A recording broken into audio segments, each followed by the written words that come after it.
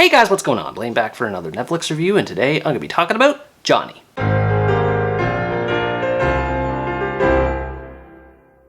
Johnny is a Polish biographical drama that tells the true story of Jan Kaczkowski, a priest who establishes a hospice in the small town of Puck to provide palliative care for the terminally ill. He's further motivated in his goals due to his own terminal illness in which he suffers from glioblastoma. One day while arriving at the hospice, Jan is greeted by a man named Patryk, who has a long rap sheet of criminal activity and is required to perform a set amount of hours for community service. Jan accepts Patryk as a volunteer at the hospice, with the latter not realizing what kind of impact that the former will truly have on him. Of all the Polish films I've seen on Netflix in my 2 years of reviewing movies on YouTube, this is easily the best one to date. It tells an extraordinary story about forgiveness and redemption, and doesn't shy away from the harsh reality that many with terminal illnesses and other disadvantages face, while promoting a message of hope for them. Jan, also known by his nickname Johnny, was a fantastic character for so many reasons I could probably make the whole video just about him. He demonstrates a level of kindness and respect for others that makes him immediately likable, and this is without getting into the numerous challenges that he has to face. Everything from his disabilities to his battle with cancer to the politics he endures from the Catholic Church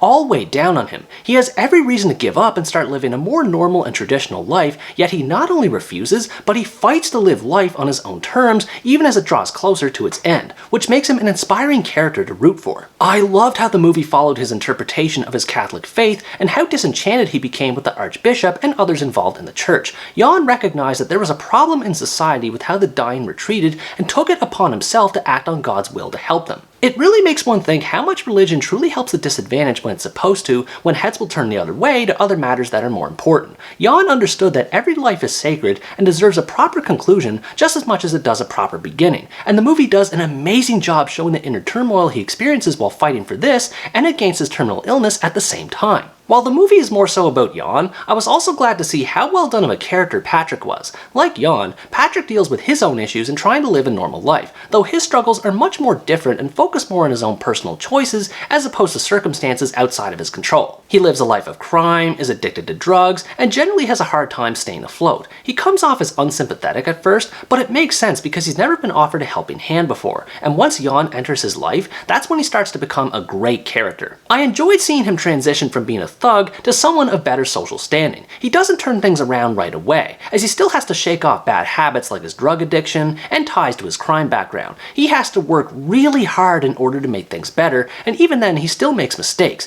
He's very much a human character in this sense, so it was easy to sympathize with him. The relationship between Jan and Patryk is what makes this movie work so well. It's the classic mentor-mentee dynamic where one helps the other achieve mastery, except in this case, both characters stand to learn and gain something from each other, and it's intriguing to see how it plays out. Both of them have their own demons that they have to battle, be it Jan with his cancer or Patryk with his criminal past and behavior. Even when their demons get the best of them and they occasionally come to blows with each other, it still feels natural in how it plays out, and when push comes to shove, both of them will still have each other's backs. The way they inspire each other makes the movie as a whole more inspiring for the audience. Patryk starts to get his life together and build a future toward cooking as a career, while Jan becomes more emboldened and speaks out on behalf of the terminally ill in public events. There's a sense of progression the two have, each one having their fair share of ups and downs, and it's amazing to see. Because of the nature of its subject matter, the movie is very dark and brooding in tone, and it's realistic in the way it's portrayed in this movie. Jan continues his mission while battling cancer, while Patryk continues his mission while battling addiction and his own behavior. As the movie progresses, the emotional weight of the story begins to ramp up as both characters deal with their escalating problems. The presence of death is felt in just about every scene, which makes what's at stake in the story that much more poignant as both of them strive toward their goals while racing against the clock in doing so. The hospice is where a lot of this tension and darkness can be felt throughout the movie.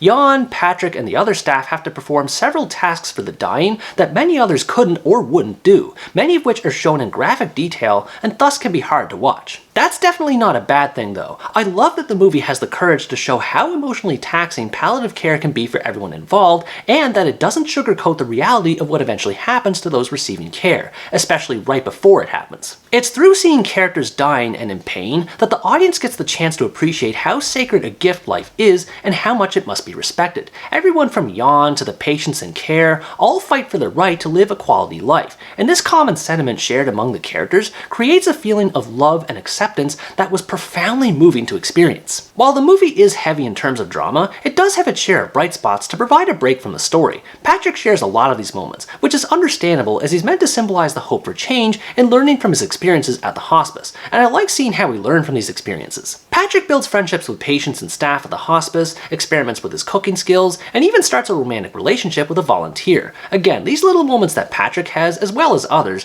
bring a human element to the story that give it a greater degree of emotional resonance. The movie also does a great job as far as the aesthetics are concerned. The quiet soundtrack and creative cinematography emphasize the gritty reality of the story taking place, which fosters a greater appreciation of life and those whose lives are coming to an end. The only flaws I could think of to mention about this movie are minor nitpicks, and even then they're not that big of a deal. The whole movie is slow in pacing, which can make things drag a bit when there's so much dialogue in it, but considering that it's a drama and the whole movie is meant to show how slowly death can creep up on people, it's easy to forgive the movie on this front. Other times, I wish the movie added a bit more context for certain subplots, like with Patryk's debt to Pablo and Han's sudden interest in taking media tours. However, the individual moments these subplots bring on are rewarding in their own right, and they never get in the way of the main story at hand. I applaud the filmmakers for how richly detailed they made the movie with regards to its themes. Everything from life, death, acceptance, forgiveness, and love are all tied to its central message regarding the necessity of giving others a second chance, no matter what their backgrounds are. And what makes this movie that much more memorable is the fact that it's all based on a true story. The movie pays tribute to its central subject Jan with a variety of archive footage that's implemented in good taste, and as bittersweet as it is, the movie ends on such a satisfying note that I couldn't help but feel emotional when watching it.